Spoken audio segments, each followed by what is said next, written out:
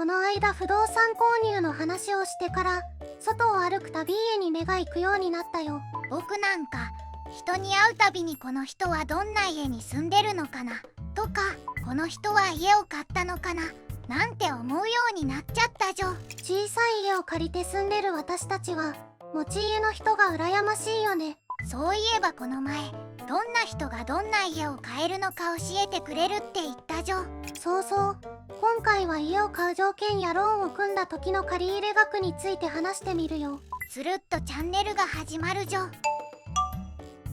早速だけど、どれくらいの間取りの家を買うと仮定しようかな。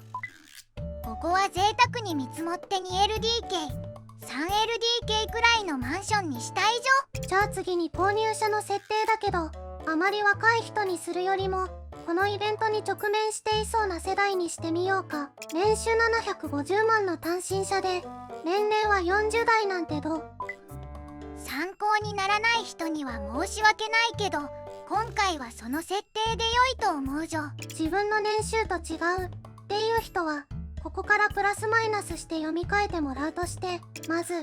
購入者の1ヶ月の生活費についてだいたいこんな感じかなっていうのを設定しておかないとね。家賃は都市部ならワンルームでだいたい6万円から10万円、水道代は約3000円、ガス代は夏場は3000円から5000円、冬場は5000円から1万円かな。電気代は5000円から8000円で、通信費はインターネットと携帯電話の料金を合わせて約7000円。食費は予測が難しいけど、外食と自炊を半々にするとして3万円から5万円かなっていうのをざっと合わせて月に15万円くらいの出費の生活をしてる設定にするよ。それでいいじょ。でも一体マンションっていくらくらいなのかな。築20年の 2LDK のマンションの相場は都心部の人気エリアの渋谷区、港区、新宿区では4000万円から8000万円、副都心や城南エリアの世田谷区、目黒区、杉並区では3000万円から6000万円、都心から離れた郊外や白北、城西エリアの練馬区、足立区、八王子市では2000万円から4000万円って感じみたい。僕にとっては1万円を過ぎた時点で大金だからピンとこないじょ。ローンを組んで買うのが一般的だと思うけど、どれくらいの額借りられるものなのかな。住宅ローンを組む場合、実際いくら借り入れができるのか気になるよね。住宅ローンの借り入れ可能額を予測するのに必要な要素は年収、年齢、現在の負債や生活費、返済期間になってくるけど、仮の設定でシミュレーションしてみるよ。なんだか緊張してきたじょ。年収750万、年齢40代、独身、現時点の出費を約15万の人として、借り入れ可能額は年収の5倍、7倍が目安のようだから。750万円の年収ならだいたい3750万円から5250万円が借り入れ可能額になるね。その範囲の家なら買える可能性があるっていうことだね。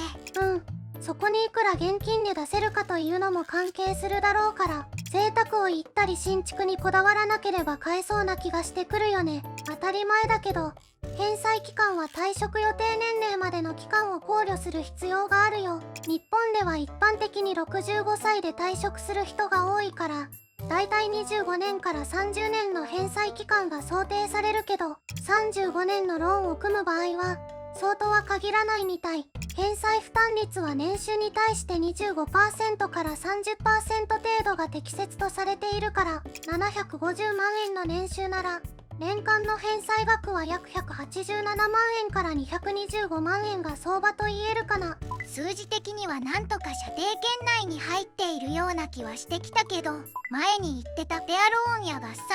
ーンを組んだら借入額は上がるのかな。もちろんペアローンを組むことで借入可能額は増えるよ。もう一人分の収入がプラスされるからね。ということは、例えば年収500万円が追加されたら合計年収は1250万円になるのか。年収の5倍から7倍が住宅ローンの借入可能額の目安ってことは、6250万円から8750万円くらいが借入可能額の目安になり得るよ。さすがに変わるじょ。そうなると